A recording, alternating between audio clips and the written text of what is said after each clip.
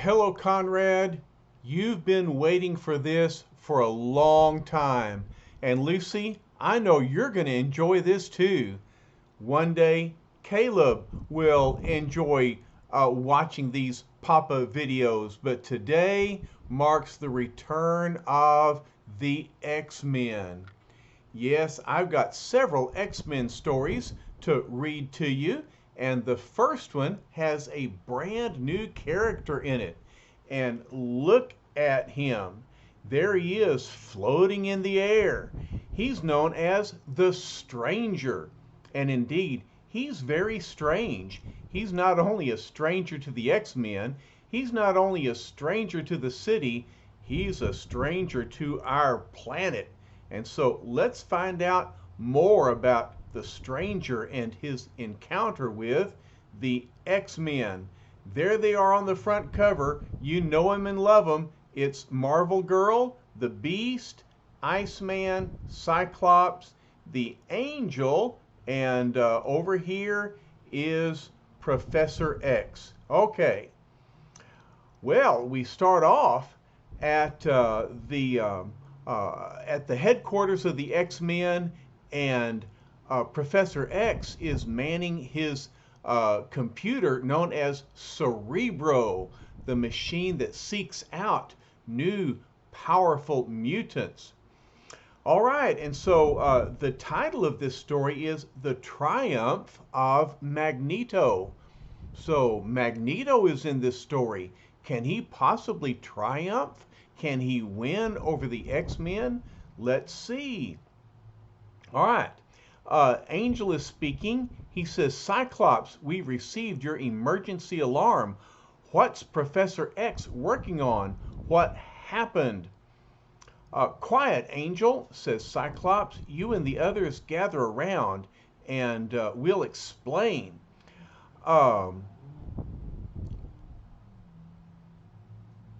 Marvel Girl says it must be his new radar image beam. It converts radar blips into pictures of the object. So the Beast comes in. He says, if you have located a hitherto undiscovered mutant, Professor, that means we X-Men must reach him before he can be recruited by Magneto. Professor X says, you're right, Jean. I use this beam to detect the presence of other mutants. I'm getting a new image now. All right, well, let's see what this image is. Wow, look at that big bright screen. Cyclops says, look, the image is about to take shape. But wait, says another X-Man, what's happening? What was that blast? Look, there's distortion on the screen. A wave of sheer force is fighting the image beam. The picture won't take form. But how can that be? And look, something has to give. The image exploded. It's gone. I reckon the being whose image was on screen is even more powerful than Cerebro. Do you realize what this means? Asked Professor X. Somewhere within range of my detecting devices, a super-powered being exists. A being so powerful that my image beam was shattered before it could project his picture. Cyclops says, this means that whoever or whatever he may be, he's probably the most dangerous mutant we've ever faced. Then why are we procrastinating? Asks the Beast. Look, he's up on his tippy-toe fingers with excitement. He says, we've heard the clarion call to battle. Let us sally forth and slay some dragons. Iceman says, if our enemies could be beaten by words, Hank, you could win every fight single-handed. Yes, the Beast does have a powerful vocabulary. And so, he says, words alone are not my sole stock in trade, you jocular juvenile. And look at him spin in the air Let it never be said that the beast is not a fighter par excellence. But Iceman gets involved. He says, watch me take that clown down a peg, gang. So he shoots out his ice beam and coats the landing with ice. Slurp! And gadzooks, hollers the beast. Who coated that corner of the room with ice? Just that little old frostpot, me, says Iceman. Better stop our high-flying friend telekinetically, Gene, says Cyclops, before he goes sailing through a wall. Will do, Scotty. And so, look, Lucy, Marvel Girl uses her mental power to stop Beast from flying through the air. Beast says, desist, female? This is an affront to my dignity. Iceman giggles, even upside down. You're a mess. Let him down gently, Gene, says Professor X. And then he goes on. That will be enough horseplay, Bobby, and all of you. McCoy might have been injured by your prank. I'll ask you to conserve your talents and energies for more important work. Sorry, sir, says Iceman. I guess we just got carried away. But now, let us turn to a small furnished room not far away. And look, here's a strange figure. He says, this room suits my purposes. I shall take it. The landlady is looking in at the door. She thinks, I've rented rooms to weirdos before, but that one takes the cake.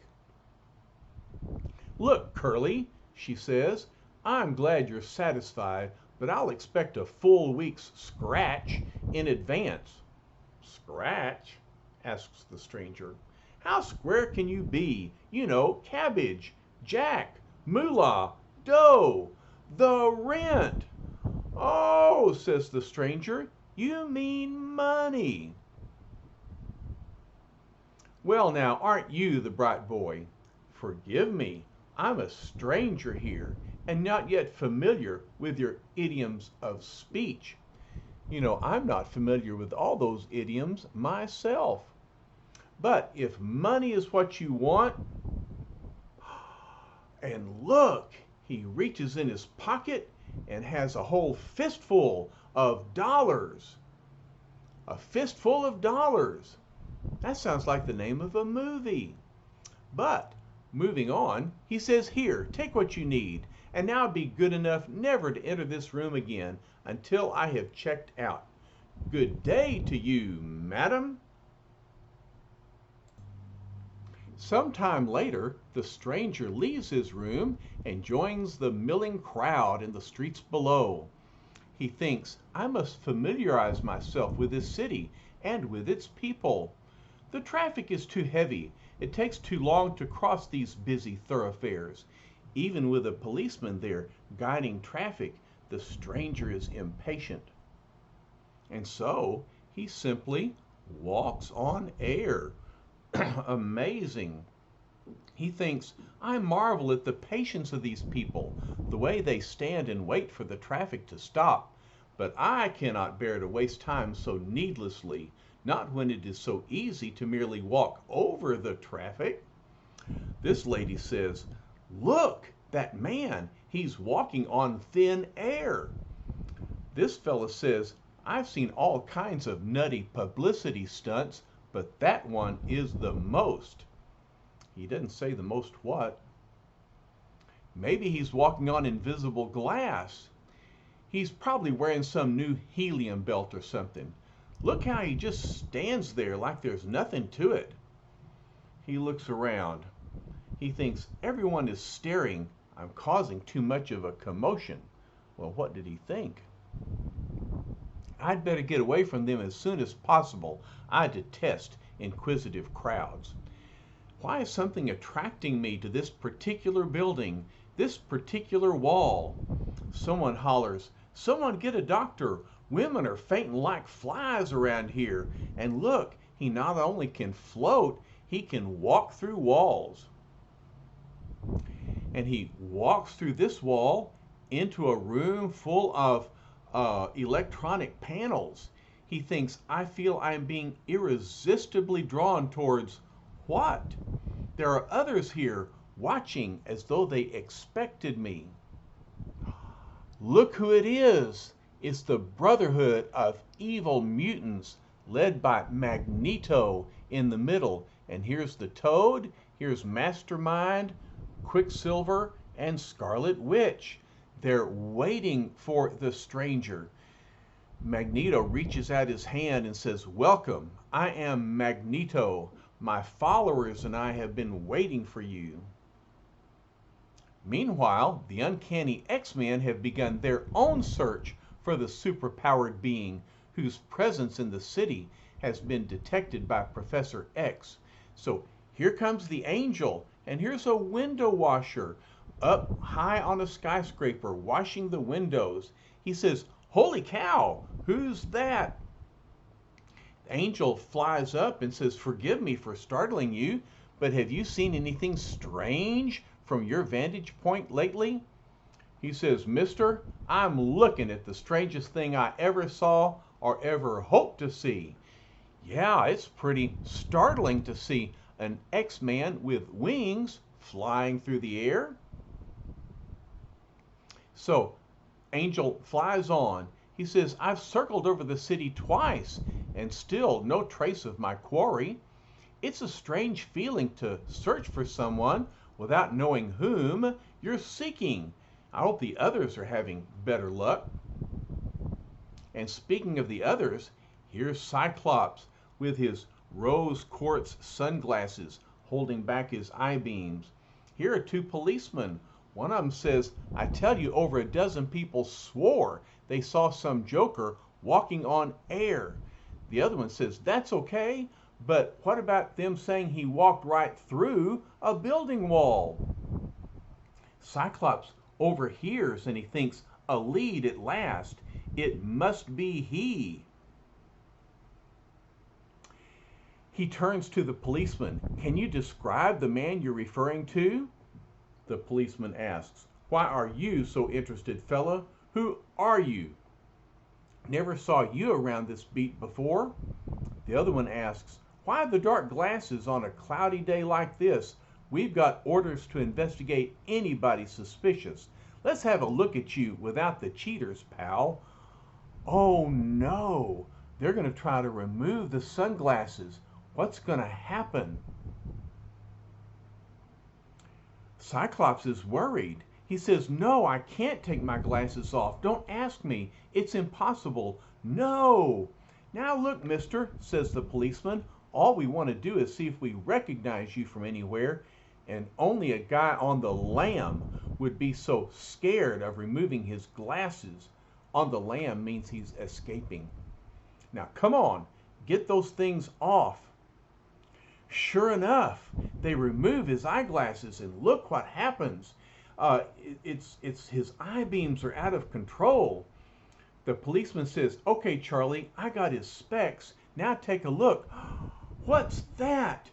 "Back, stand back," says Cyclops. "Keep away from me if you value your lives. I tried to warn you."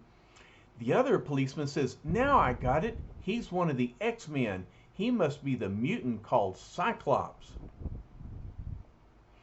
Cyclops grabs his eyes and tries to hold back his eye beam. He thinks, "I've got to grope for my specially treated glasses. No matter how tightly I shut my eyes, some of my power ray keeps getting through." The policeman pulls his gun. He says his eyes are like living disintegrator beams. They shatter whatever that ray touches.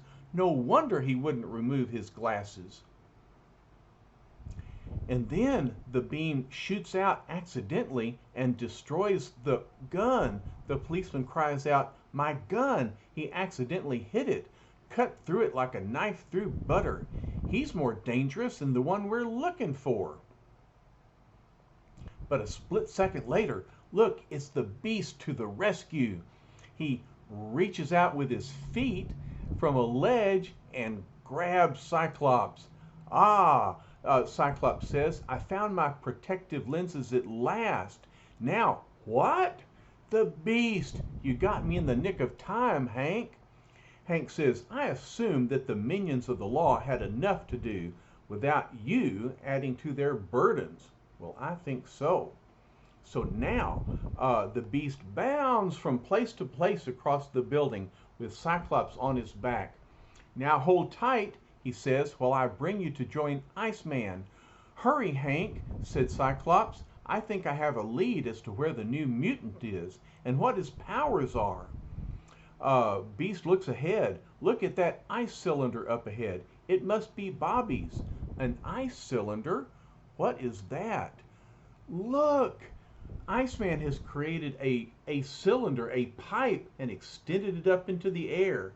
And so without a moment's hesitation, the two daring X-Men plummet headlong into the tall, hollow tube of ice, which is suddenly spouted up in front of them. Hang on, Scotty, says Hank. We're taking the plunge. And so they slide down this ice tube. Says, I see them below, Iceman and Marvel Girl standing by. As soon as you land, says Cyclops, duck, so I won't come crashing down on top of you, Hank. Doesn't that look like fun, sliding down an icy tube? And so Iceman has even created a little lip that takes them up in the air. No danger of that, Scotty. The kid turned it into a flying slide. And so, and then he says, okay, Genie Gal, you can slow us down telekinetically now. And so, as you can see, he bounds out. Jean has her telekinetic power helping them to land. She says, I'll do my best, Hank. Good girl, Jean, says Cyclops. I was wondering what would slow us down when we hit bottom. And then Marvel Girl thinks, somehow when he says good girl, it's better than Richard Chamberlain saying, my darling. Marvel Girl has a crush on Scott. Marvel Girl says, Bobby, ever since you stopped your childish hijinks, you've become positively masterful with your ice power. Thanks, Jean, says Iceman, but I'm not done yet. Scott says, Iceman, I've got a good idea of where our mutant is, but I need a place to stand above the ground where I can study the nearby buildings. And look at that. Iceman creates some steps going up into the air. I sort of expected you'd ask. It'll only take a second. I'll build you a stairway of ice. It'll give you cold feet, but it ought to do the trick. You guys know all about cold feet, don't you? You've been running around in ice and snow outside, and I know you've had a good time.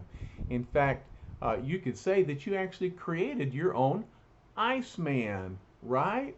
Out in the snow. All right, loved y'all's pictures. But at that moment, look, it's the stranger speaking to Magneto. You want me to join you? I do not understand. I am a stranger here. Who are you? Why should I join you? We'll show you, answers Magneto. Watch.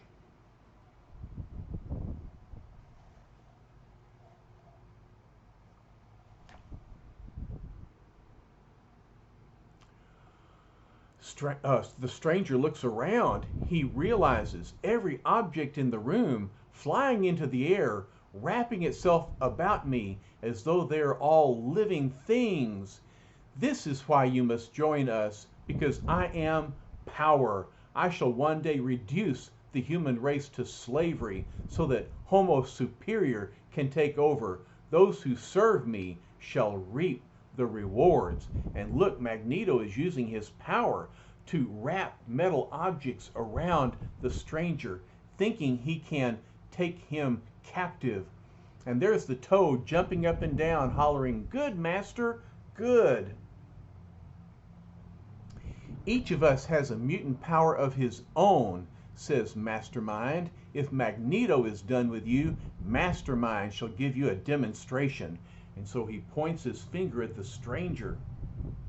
And all of a sudden, the stranger sees himself underwater, surrounded by fishes. With a single gesture, Mastermind creates one of his incredible illusions. as the stranger seems to find himself at the ocean's bottom. "What happened?" he asks. "Where am I?" Suddenly the illusion changes, and the bewildered stranger seems to find himself standing helplessly within a sea of smoky lava. So look, he's in a volcano. Lava is surrounding him, and steam and smoke and fire rising up around him. Stranger thinks, "I have seen enough. They must be made to realize that I may not be toyed with in such a manner." So we're going to see that the stranger has power of his own. It is now time for me to give an example of my power, power which none can even suspect. In one brief microsecond, Mastermind's illusion is completely dispelled as the stranger emits a sudden blast of energy which severs his bonds and makes a shambles of Magneto's temporary headquarters. Look at his power. Look how it shatters all the metal objects. It shatters the very room itself. It knocks backward Magneto and his evil mutants. But the largest part of his rage is directed against Mastermind. Quicksilver sees a ray turning Mastermind into a solid block of matter. He's now solid stone.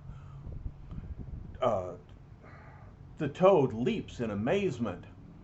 And look, the Mastermind becomes so heavy as his stone statue falls through the floor. Quicksilver says, as solid matter, his weight is so greatly increased that not even the building's floor can hold him. So he plunges through. Toad leaps away. "Magneto! Magneto! Save us!" And it just keeps crashing through the floors below. And this fella, a shopkeeper, says, "Good heavens, what was that?" As a customer gazes at the sight crash as the stone Mastermind falls to the floors below. The storekeeper looks out the door and says, "Help! Police!" Something came crashing down from the ceiling, going through the very floor. "Help, before we're all killed." "Did you hear that?" asked Cyclops. "It came from the area the man who walked on air was reported in." Angel joins them and says, "We've got to reach him before anyone else does, especially Magneto." Well, too late for that. Iceman says, "Let's go," as he slides along. And so there go the X-Men. They're on their way. This must be the place. Some tremendous force actually shattered the brick wall. And so the Angel flies through the hole in the wall. Bystanders say it's one of the X-Men. Some grave, fantastic menace must be waiting inside. Well, indeed, it's Magneto. Angel says, "You're the one responsible." Magneto says, "The Angel, you dare to attack us on our home grounds? This time you will surely taste defeat." "Maybe so, but I'll make sure that you taste it with me." "Quicksilver," orders Magneto, "use your speed and stop him." And so Quicksilver very quickly attacks Angel before he can even flap his wings and fly away. Says Angel. Magneto says, "Good work. You smashed into him before he could think to flap a wing. Now, finish him off." No matter how fast he is, one punch is all it will take, says Angel. But then he says, "What? Where did he go?" Angel isn't fast enough to strike Quicksilver before he speeds away. Magneto says, "Do not toy with him, Quicksilver. Finish him." "With my great speed," brags Quicksilver, "it is almost too easy." And he attempts to slow him down with a karate chop. But, he says, his flapping wing unexpectedly deflected my blow. And so it's a standstill between Quicksilver and the Angel. Okay, fella, says the angel, if that's how you want it, my wings against your speed. And so the angel gets up into the air as Quicksilver speeds along. Hold it, Angel, says Iceman. I'll slow him down so that you can handle him with no sweat. And look, Iceman shoots out his icy blast, and the ice covers Quicksilver. Scarlet Witch, his sister, is concerned. She says, Ice forming on Pietro's body. No, no. Thanks, partner, says Angel, but I still think I could have taken him alone. Well, personally, I would be glad to have Iceman's help. And so, look, Quicksilver is now covered with ice. And Beast comes along and says, well done, Stripling. I'll immobilize him now.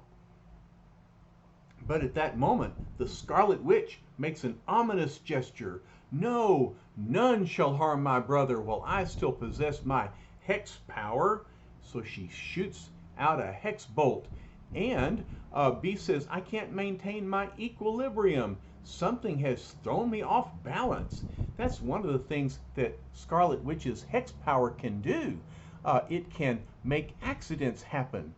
And so the Beast stumbles into Iceman, who says, let go of me, you big ape. I'm no doormat. And Angel is flying around trying to get to Magneto, but he says, I can't get it, Magneto. He's formed some sort of magnetic shield around himself and that other character. Magneto says, my magnetic shield will keep us safe, but the stranger says, I need no such shield.